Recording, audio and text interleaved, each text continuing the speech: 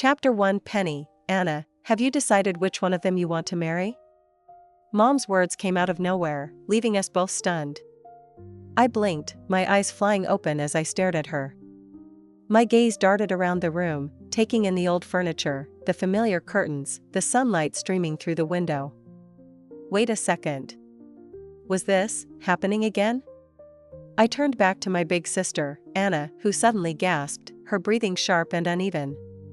Then she coughed violently as if the very thought of marriage had physically hurt her. Mom, no. We're not marrying anyone. I froze. Anna never said that last time. In our previous life, she kept quiet, waiting for me to make my choice before speaking up. Could it be? Without another word, I grabbed her hand and pulled her into the bedroom, slamming the door shut behind us.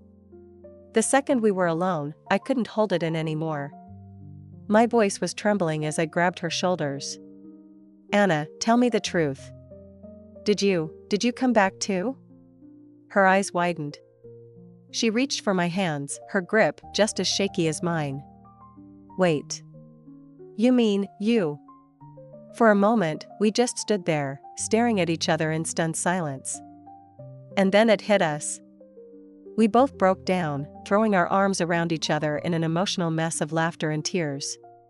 Relief, anger, and disbelief all hit at once as we held on tightly, our voices overlapping as we cursed the people who had ruined us in the past. Henry Moore. That bastard. We thought he was gentle, thoughtful, and even a little shy. But behind closed doors, he was a monster, a violent, controlling mama's boy who couldn't make a single decision without his mother's approval. Anna had paid the price. He took her life. And Thomas Fletcher? He was even worse. The simple, honest man routine was nothing but an act. Beneath that harmless smile was a cunning, manipulative predator who was sharper than any fox. I collapsed onto the bed, running my hands through my hair. God, I muttered, my voice filled with bitterness. If I hadn't been so stupid, if I hadn't fallen for the Fletcher family's schemes, we wouldn't have lost everything. They wouldn't have swallowed our entire family business. It's all my fault. Anna reached over, grabbing my hand. Her warmth cut through my guilt like a lifeline. Penny, stop it. This wasn't your fault. The Fletcher family is just that good at what they do. But this time... Her voice hardened, her grip tightening. This time, we'll make sure they pay. Once the storm of emotions passed, I looked at her, my expression firm. Anna, we're still going to marry them. What? Her eyes nearly popped out of her head. Think about it, I said, leaning forward. Last time, they destroyed us, completely. If we don't marry them, they'll just move on to someone else. Do you really want other people to go through what we did? This time, we can fight back. We can destroy them from the inside. There's no way I'm letting them get away with it. Anna stared at me, her brow furrowed in thought. Finally, she nodded, her expression steely. All right. Let's do it. That night, we stayed up late, piecing together everything we remembered from the last life. Every scheme, every weakness, every dirty little secret was laid bare. By the time we were done, we had a detailed plan that left no room for error. Step 1? We'd switch fiancés. The violent one? I'd handle him. The schemer? I told Anna everything he'd done to me in the past, every trick he'd pulled. This time, she'd be ready for him. We made a pact to act clueless, to lull them into a false sense of security. Let them think they were in control. Let them think we were exactly the same naive girls they'd fooled before. And then? We'd destroy them. The morning of the wedding, Anna and I stood side by side in the bridal suite, our white dresses glowing in the sunlight. Ready? I asked, reaching for her hand. She gave me a small, confident smile, squeezing my fingers. Let's burn this whole thing to the ground. The wedding cars arrived soon after, and we went through the customary rituals, smiles plastered on our faces as we played our roles perfectly. By the end of the day, we were each delivered to our respective new homes. Penny, Henry said the moment we were alone, his face dark as a thundercloud. Now that you're my wife, you'd better know your place. From now on, you do what I say. Got it? I looked up at him with wide, innocent eyes, giving him the sweetest smile I could muster. Of course, darling. Whatever you say. He blinked, clearly not expecting my obedience. A smug grin spread across his face. Good. My mom says a woman's job is to serve her husband. Go get some water and wash my feet. Right away. I chirped, practically skipping out of the room. When I returned, the water was steaming, so hot it was almost boiling. I set the basin down in front of him, grabbed his foot, and shoved it in. Aha! He yanked his foot out, clutching it like I'd set him on fire. Are you insane? You trying to burn me alive? I clasped my hands together, my face the picture of regret. Oh no. I'm so sorry, darling. I didn't realize it was too hot. Not that I cared. The bastard deserved it. He glared at me, his voice dripping with disgust. You're useless. You can't even do something this simple. Forget it, just help me undress. I nodded obediently, stepping closer. As I reached for his shirt, my nails accidentally scratched his chest, leaving a thin red line. Ow! What the hell is wrong with you? He shouted, shoving me away. That was it. Before he could react, I grabbed his arm and flipped him over my shoulder. He hit the floor hard, groaning in pain. Mom. Mom, he shouted weakly, his voice cracking. The commotion must have been deafening because Mrs. Moore was already banging on the door. Penny! What's going on in there? Mom, I'm making a baby with Henry here, don't you want grandchildren? I said that and slapped Henry. He scrambled to his feet, grabbing a baseball bat from behind the door. Oh? I said, raising an eyebrow as I dodged his swing with ease. My eyes flicked to the wall behind him, where an array of whips, candles, and wooden rods hung like decorations in a dungeon. Well. This was going to be fun. Chapter 2. I flashed Henry my sweetest, most harmless smile, tilting my head like I didn't have a care in the world. Wow, darling, who knew you were into something so adventurous? I love it. Let's play together, shall we? Before he could even process what was happening, I grabbed the whip from the wall and brought it down with a sharp crack. Ahhh, he yelled, his face twisting in pain. Oh, come on, I cooed, striking him again. Crack. Isn't this what you like? You crazy woman, he spat, his words barely audible over his gritted teeth. You buy. Crack. The third lash cut him off mid-sentence. I leaned in closer, my voice suddenly ice cold. What was that? Did you just call me something? Say it. Honey. Instead of giving him a chance to respond, I grabbed a nearby rope and tied him firmly to the chair. He struggled, of course, but I smiled as I tightened the knots. Leaning down so my face was right in front of his, I whispered, "This is fun, isn't it, honey? I'm having the best time. Help. Mom. Help me," he screamed, his voice cracking into a pathetic whimper. The banging on the door grew louder, followed by Mrs. Moore's shrill voice calling out. She was desperate now, probably trying to break the door down. Don't like this anymore? I asked sweetly, grabbing a thick candle from the table.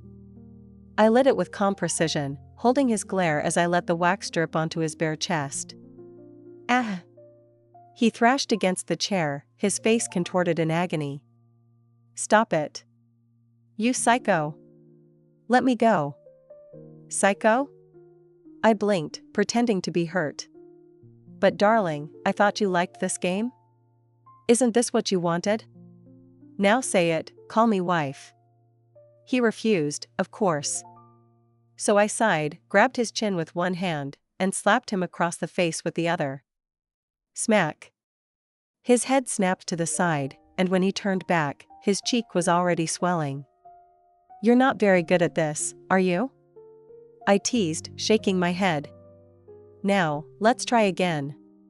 "What do you call me?" "Help." "Mom, help," he sobbed, tears streaming down his face now. "Mommy's not coming," I said with a smirk.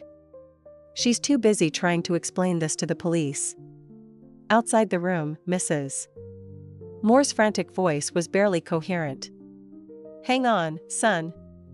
Mommy called the cops. They'll be here any second." I rolled my eyes and leaned in close to Henry again.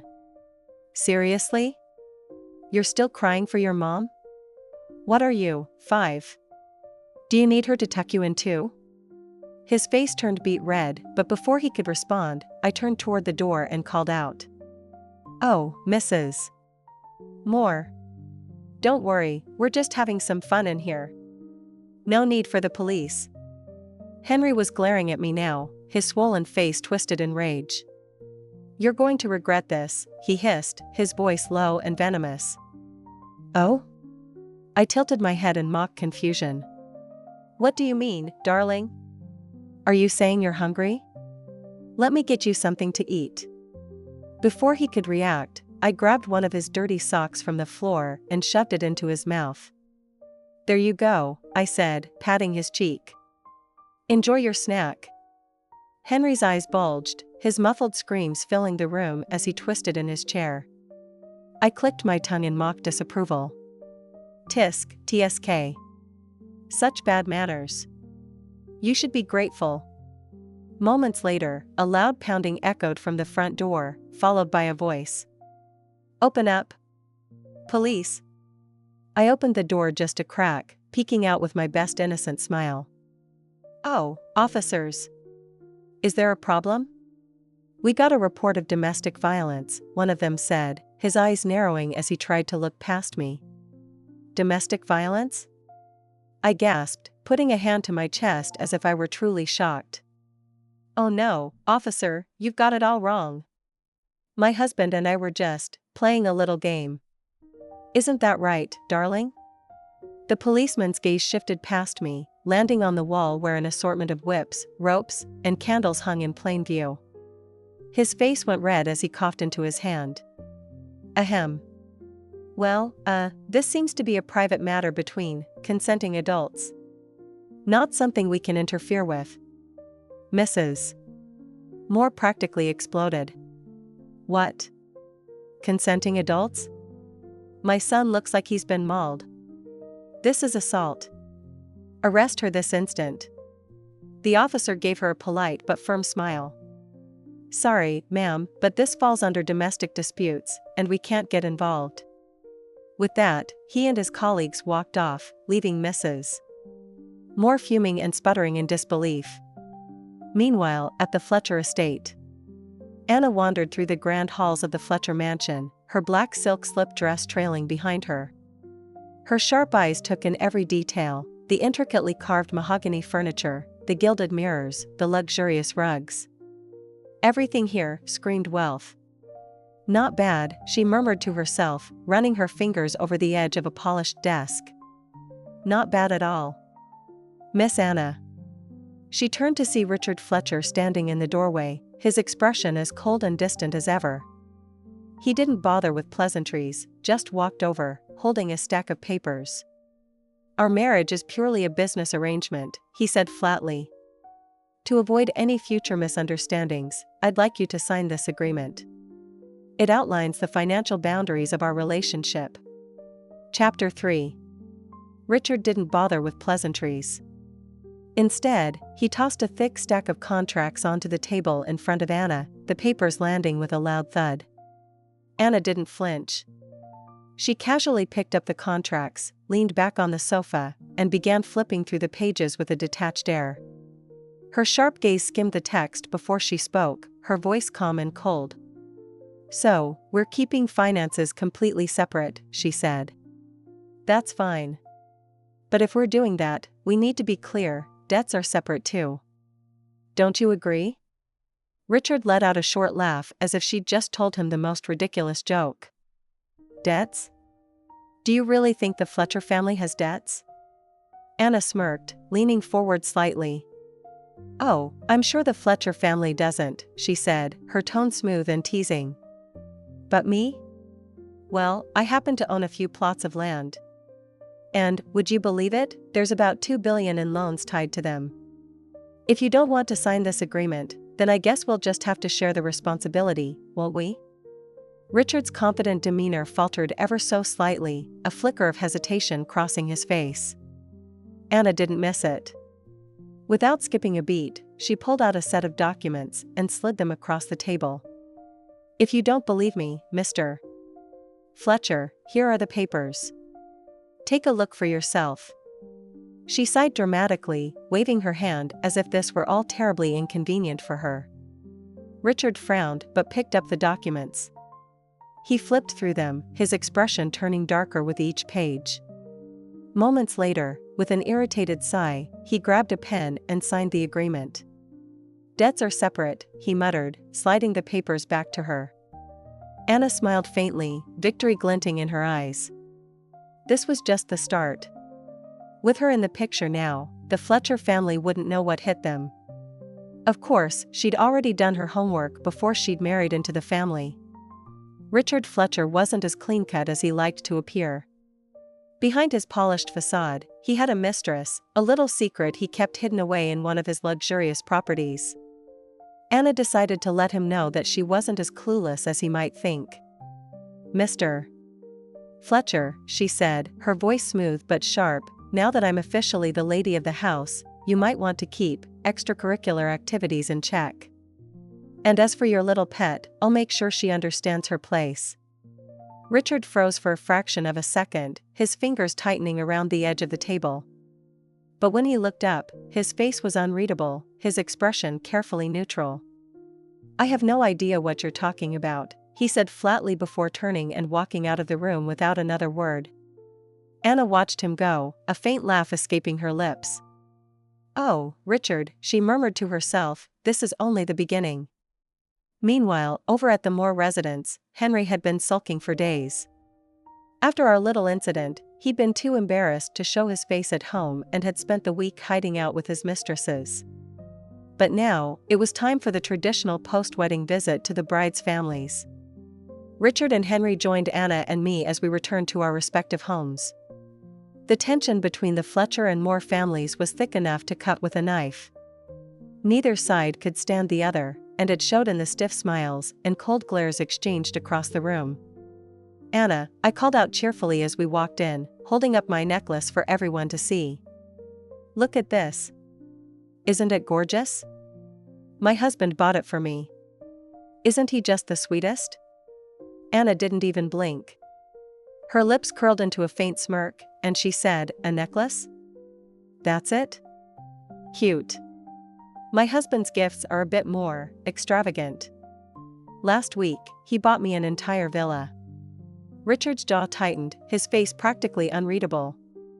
But I caught the flicker of panic in his eyes. With the Moore family watching, he couldn't afford to let the Fletcher family's reputation take a hit. He cleared his throat and gave a small, curt nod. Of course, he said. A villa is nothing for the Fletcher family. I couldn't resist poking the bear a little more. Oh? Do you have proof of that? I mean, how do we know this so-called villa wasn't just a gift from someone else? Richard's eyes narrowed, but he didn't take the bait. Instead, he reached into his pocket, pulled out a platinum card, and handed it to Anna with a tight smile. Here, he said. 5 million. That should be enough for a new villa, don't you think? Anna accepted the card with a gracious nod, her expression cool and composed. But as soon as the others looked away, she shot me a quick, triumphant grin. Not to be outdone, Henry suddenly pulled out a sleek black card and tossed it onto my lap. Wife, he said, his voice loud enough for everyone to hear, here's a little gift for you. 8 million. I hope you like it. I beamed at him, pocketing the card with a playful smile.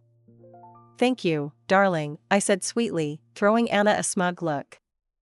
Once we were back in our room, Anna and I couldn't hold it in anymore. We burst into laughter, collapsing onto the bed as we replayed the ridiculous scene in our heads. Did you see their faces? Anna gasped, clutching her stomach as she laughed. Richard was this close to losing it. And Henry, I added, wiping tears of laughter from my eyes. He just had to one-up Richard. Men and their egos. As our laughter down, I looked at Anna, a flicker of sadness crossing my face. Anna, I said softly, I'll make sure you get the revenge you deserve. No one's going to hurt you again. Anna reached out and squeezed my hand, her voice calm and steady. Don't worry. We're not the same people we were before. This time, we're in control. She then filled me in on everything that had been happening at the Fletcher residence. By the time we finished catching up, we were more determined than ever to take control of our futures. The next morning, Mrs. Moore was already waiting for me in the living room, her sharp voice cutting through the air the moment I walked in. Well, she said, lounging on the sofa like a queen. Finally awake, are we? Is this how you plan to behave as a daughter-in-law? Sleeping in like you're on vacation? I raised an eyebrow but didn't respond. Mrs. Moore sniffed and continued, her tone dripping with condescension. Let me explain how things work around here. In the Moore family, we expect you to be up by 9 every morning.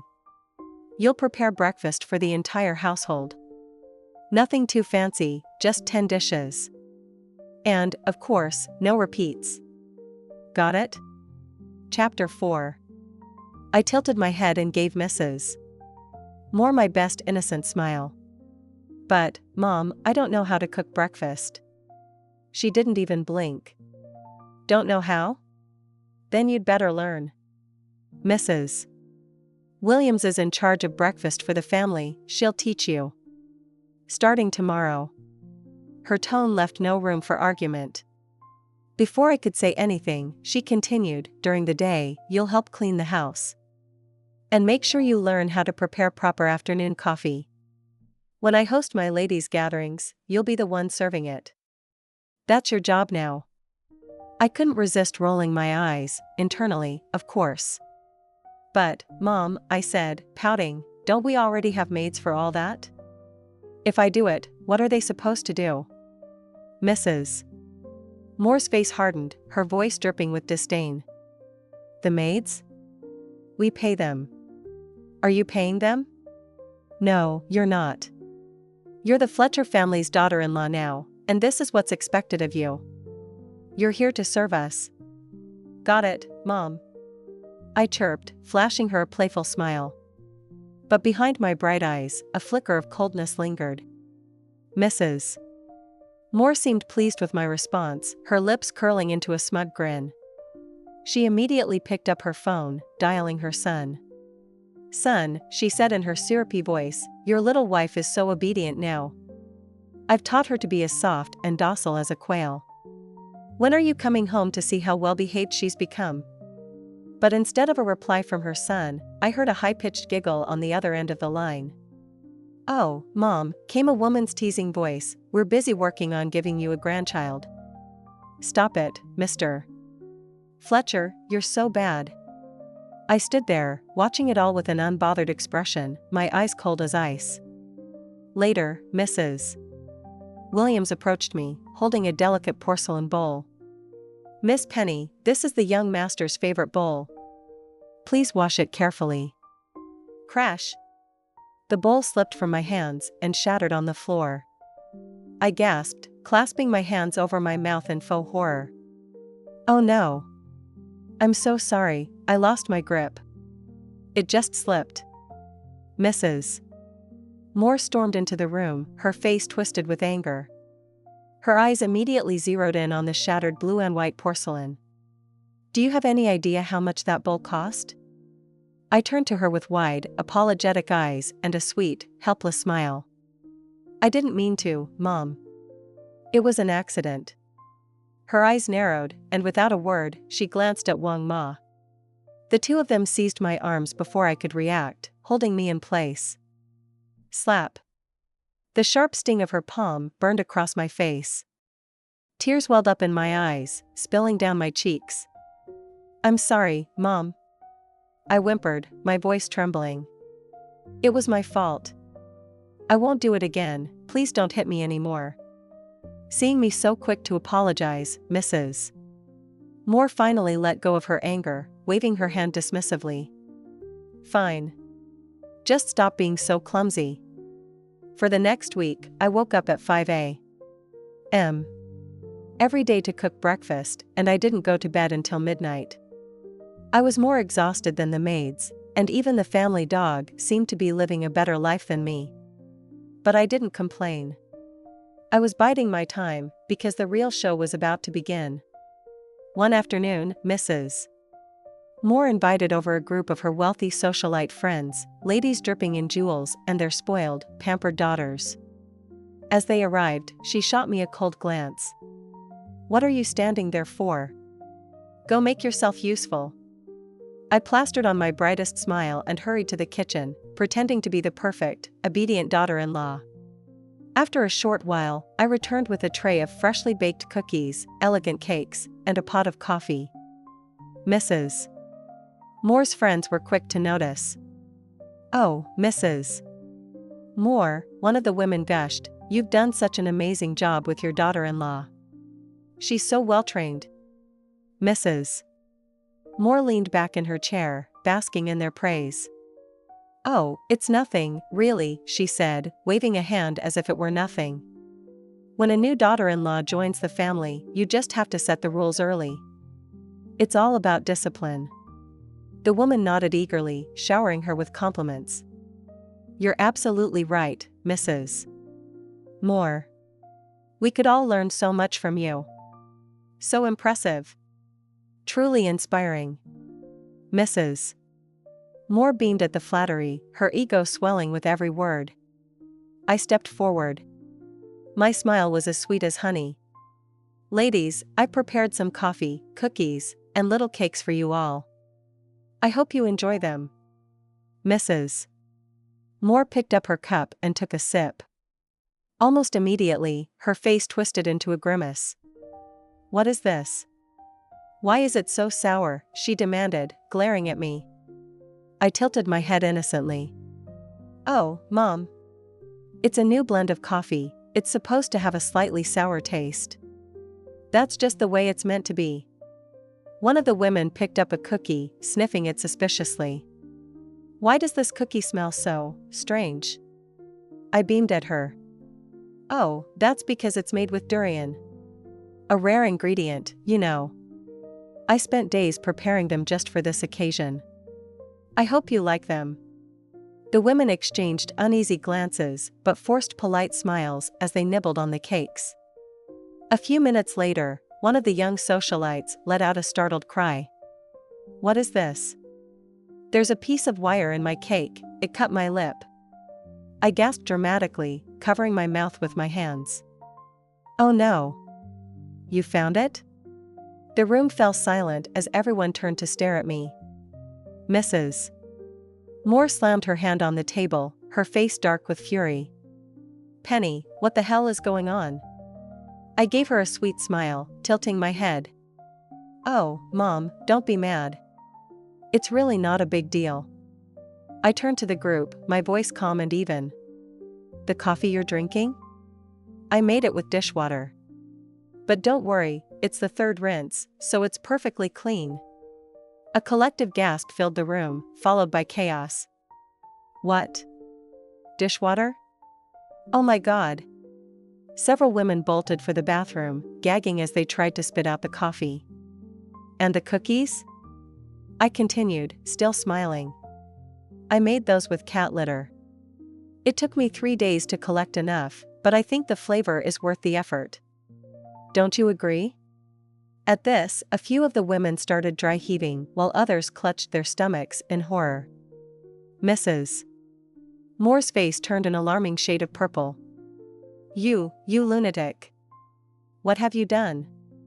I clapped my hands together, my expression calm and serene. "Oh, and the cakes, you'll love this. I mixed the eggs with the toilet brush. Saved so much time. The room erupted into chaos. Women were screaming, gagging, and running for the exits. Mrs. Moore's voice rose above the noise, shrill and furious. You monster. I stood there, calm and composed, watching the chaos unfold with a satisfied smile. Chapter 5. You are insane. Completely insane. Mrs. Moore screamed. She called for the butler and the bodyguards to restrain me, saying she would teach me a harsh lesson. A dozen bodyguards stormed in aggressively. Hiya! I executed a spinning kick, knocking them all down. Mom. Thanks for the training. I'll be a good girl now, I said, mimicking Bruce Lee, lifting my leg and touching my nose, winking playfully at her. Mrs. Moore screamed, trying to escape, but I couldn't let her go that easily. I quickly stepped forward, grabbed her hair, and slammed her head onto the sofa. Blood oozed from her forehead, trickling down to her mouth. Ah! Mrs. Moore couldn't handle the shock and fainted. The other guests, seeing this, covered their heads and pretended to faint, fearing I would go crazy and target them next. When Henry finally returned home, he was greeted by a chaotic scene. Everyone was lying on the ground, pretending to be unconscious, and Mrs. Moore was bleeding, groaning in pain. Seeing his son return, she shouted, "Henry! Divorce her! Divorce her now!" Henry looked at me coldly. What are you doing, Penny Smith? I leaned against the sofa, playfully. I'm dealing with your mom. Didn't you see? Dear. Henry's face darkened with anger. This isn't a place for your nonsense, Penny Smith. I'm warning you, don't push your luck. With that, he picked up a baseball bat and struck my back. The sudden attack caught me off guard. I groaned, grabbed a nearby chair, and smashed it over his head. Henry, you tried to kill me. Where did you get the guts? I threw him over my shoulder once, twice, 3 times. He couldn't take the pain and passed out. An hour later, in the living room, Henry, his mother, the butler, and the servants were all kneeling in a row, while I looked down at them. Henry complained, Mom. Why did you provoke her? I was doing it for you. Mrs. Moore said, aggrieved. For me? She's like a madwoman. Don't you see? Stop provoking her. Mrs. Moore started crying. Son, you don't know what she's done to us. She made us eat filth. All those respectable people. She's so vicious. Slap. I slapped Mrs. Moore, pretending to be hurt. Mom, how can you call me vicious? Look at my hand, injured from making you afternoon tea. I raised my delicate hand, showing a small red dot. Though it was just a mosquito bite from the previous night. But here in the Moore residence, even mosquitoes were blamed on Mrs. Moore. Of course, just slapping Mrs. Moore wasn't enough. Slap. I slapped Henry again. Why didn't you come earlier? You could have enjoyed my special afternoon tea, dear. I picked up the cookies from the ground, forcing them into his mouth. He had never been so humiliated, vomiting uncontrollably. Get out. Didn't you hear me? Henry shouted at the kneeling servants. Chapter 6. The servants trembled, not daring to move. Meanwhile, the Fletcher family was undergoing a dramatic change. Anna Smith, do you know your family stole our government contract? Richard Fletcher angrily threw the documents in front of my sister. My sister remained calm, her voice cold. Business is like war, there are winners and losers. Can't you handle losing? His face darkened with anger. Hand over the contract to us. After all, we're family. You're married into our family, so the contract is ours. Oh? Are you dreaming? Did you forget our agreement? My sister sneered. Richard Fletcher, I won this contract with my skills. If you have the ability, go get one yourself. Don't whine about your incompetence. Consider yourself lucky. We'll see. Richard Fletcher sneered and left. Soon, the Smith family's stock plummeted, and rumors of bankruptcy spread. After investigating, my sister quickly realized it was the Fletcher family's doing. You play dirty, don't blame me for being ruthless. My sister coldly watched the stock market. A top actress, Emily Devereux, was rumored to be dating Richard Fletcher, causing a media frenzy. The news of Richard Fletcher's marriage was well known, with their wedding being a grand affair. This news was a bombshell, suggesting Richard Fletcher's infidelity and implicating Emily Devereux, who was the face of the Fletcher family brand. The internet exploded. No way? Emily is really a homewrecker? How foolish, Emily. Many people left comments on Emily's posts and the Fletcher family's website, demanding an explanation. The Fletcher family urgently convened a board meeting to address the issue. I don't care. Richard, I'm your girlfriend, why am I being called a homewrecker? I don't care. You must explain to the public. Emily Devereux raged, smashing things in the room. Richard Fletcher gently comforted her. Emily, bear with it for a bit. We'll get through this. Emily, furious and tearful, said, wait. That's all you say. Don't you know the baby in my belly can't wait? He needs a status. Richard, delighted to be a father, said, wonderful, Emily, we're having a baby. I'll divorce Anna immediately, and we'll announce our relationship. She leaned into Richard's arms, tears in her eyes, looking pitiful. At the Fletcher family board meeting. Richard, this is all because of you. Do you know the stock has plummeted? The whole internet is boycotting homewreckers? Emily is not a homewrecker. She's my girlfriend. The marriage between the Smith and Fletcher families was an arrangement by the previous generation. It has nothing to do with us. Richard said coldly.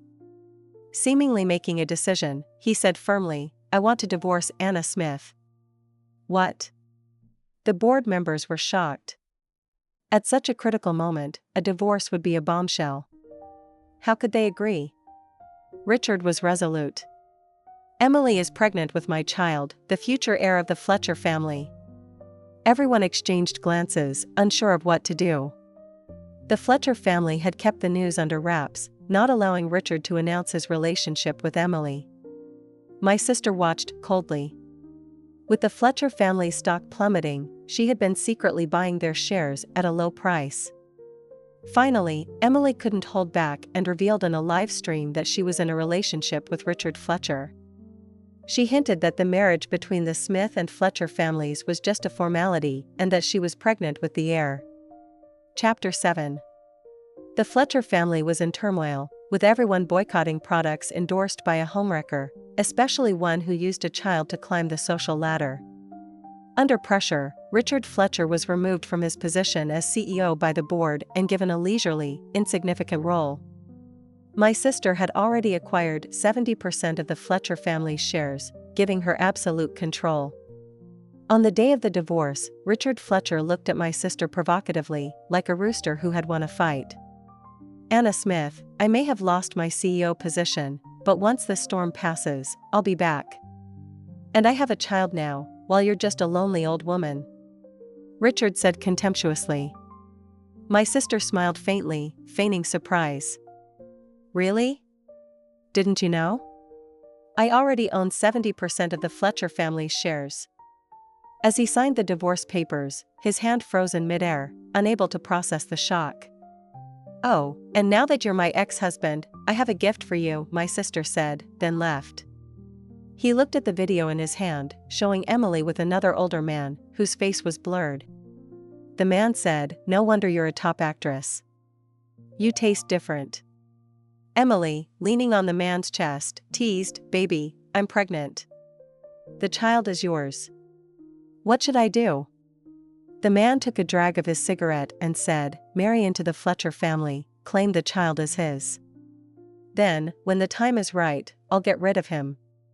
The child will inherit the fortune, and the Fletcher family will be ours. They continued their flirtatious banter, making Richard's face turn pale, his nails digging into his palms. Sis. Do you think Richard will like our gift? I asked, lying on the bed, hugging my sister. My sister smiled. Of course, he'll love it. He'll definitely thank us. By the way, where did you find such a juicy piece of gossip? I grinned mischievously. In Mrs. Moore's room. Since I beat up Henry and Mrs. Moore, they had been avoiding me like the plague. One day, I saw Mrs. Moore hiding something. Mom. What are you doing? I appeared behind her quietly. Mrs. Moore jumped, quickly hiding the item behind her back, pretending nothing was wrong. Penny, nothing. Why are you here? I turned around and snatched her phone. After watching the video, I teased, Mom. Why are you always up to sneaky things? Mrs. Moore didn't want to talk, but she couldn't withstand my force. Crack. I broke her hand, making her scream. Help. Murder. Help. I impatiently picked up a tissue from the ground and stuffed it into her mouth. You're too noisy. Now, tell me what's going on. Tears streaming down her face, she nodded. I just wanted more money in the divorce. Please don't hit me. Please. Mrs. Moore confessed everything. I didn't expect Mr. Moore to be so wild at his age, with young models and actresses, sometimes even more exciting threesomes, all recorded on video. Since I had this juicy gossip, I had to share it with my sister. How could I keep it to myself? Henry had been behaving better, but he still tried to play tricks occasionally, until one day. I was happily chatting with my sister on the phone when I overheard Henry talking secretly on the phone in the hallway. Chapter 8. Are you sure she'll go insane if she takes this? Seeing his sneaky behavior, I knew he was up to no good. After that day, I secretly collected evidence and had a private doctor examine it. The doctor confirmed that the drug was a psychotropic medication.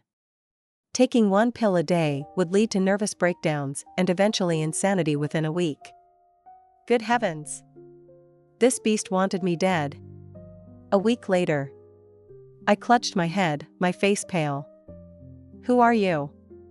I'm your husband. Don't you remember? Henry said excitedly. I? My husband. Before I could finish, I fainted. Seeing me on the ground, he kicked my stomach. Idiot, weren't you tough before? Show me your toughness now. I endured the pain, wanting to see his next move. Unexpectedly, he grabbed my neck with both hands, making my face turn red from lack of air. I suddenly opened my eyes, scaring him.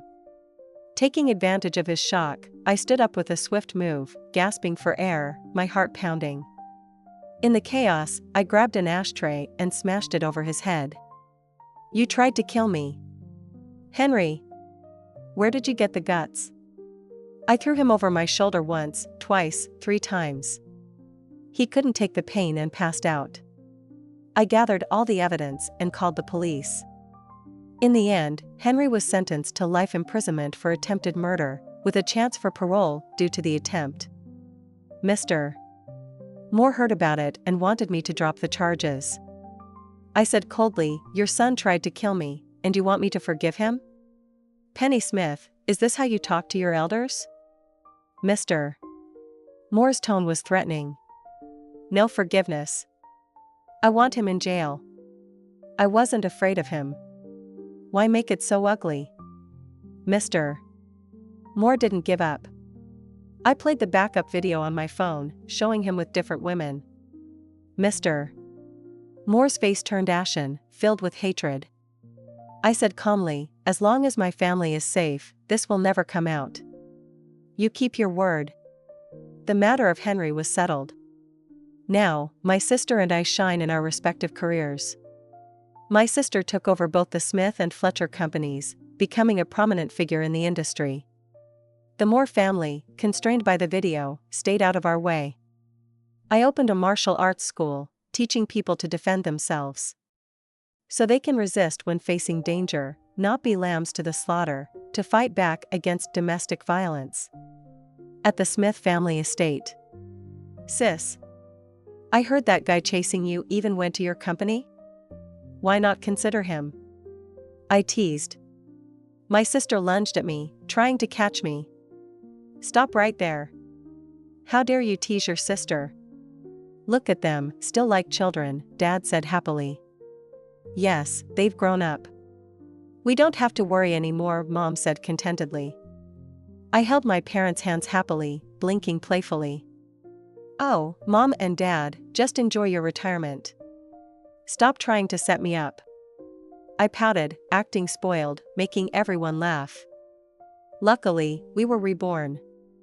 Everything is moving in a better direction.